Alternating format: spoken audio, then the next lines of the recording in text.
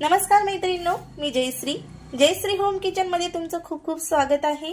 आज आपण बघणार आहोत वांग्याचं भरीत। तर त्यासाठी मी इथं मोठी मोठी काळी वांगी घेतलेली आहेत आणि त्याला आपल्याला थोडंसं असं छिद्र पाडायचे आहे। तर याला छान असे आपण थोडी छिद्र पाडून घेणार आहोत।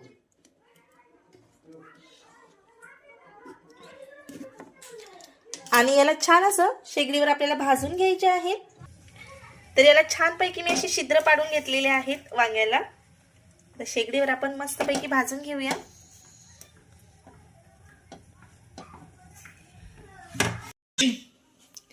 तर आपली वांगी इथे छान भाजलेली आहेत। तर याची साल काढून घेणार आहोत आपण आणि त्यानंतर बनवायला सुरुवात करूया। तर याची साल पूर्णपणे काढून झालेली आहे आणि चेक सुद्धा केलेले आहेत, एकदम व्यवस्थित आहेत, आतमधून सुद्धा स्वच्छ आहेत।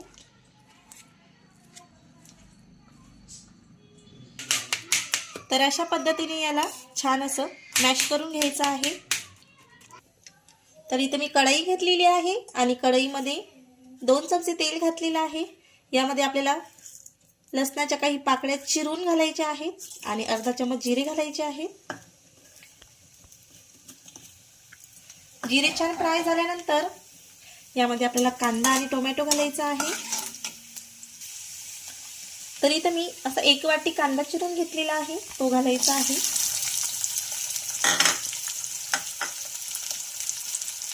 त्याचबरोबर टोमॅटो घेतलेला आहे,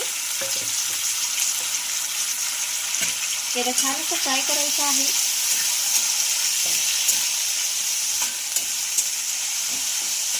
यावर आता चवीप्रमाणे मीठ आणि हळदी पावडर घालूया। तर अर्धा चमच हळदी पावडर घालणार आहोत, चवीनुसार मीठ, आणि याला छान असं फ्राय करून घ्यायचं आहे। छानपैकी 1 ते 1.5 मिनिट आपण फ्राय करून घेतलेला आहे। तर यामध्ये आपण आता चवीनुसार लाल तिखट घालणार आहोत, त्याचबरोबर 1 चमच गरम मसाला, आणि हे सुद्धा जिन्नस आपल्याला छान फ्राय करून घ्यायचं आहे। तुम्ही गरम मसाला कुठलाही टाकू शकता जो तुमच्याकडे अवेलेबल आहे तो।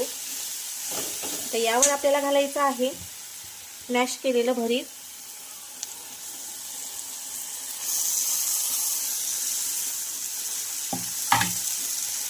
आणि याला सुद्धा एकजीव करून घ्यायचं आहे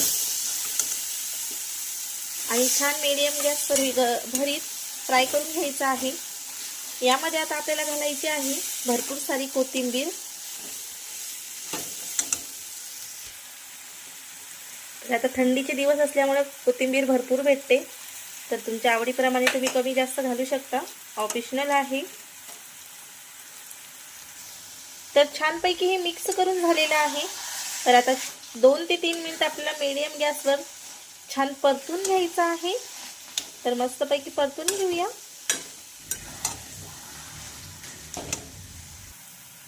तर छान 2 ते 3 मिनिटं झालेली आहेत ना, आपलं भरीत मस्तपैकी परतून झालेलं आहे।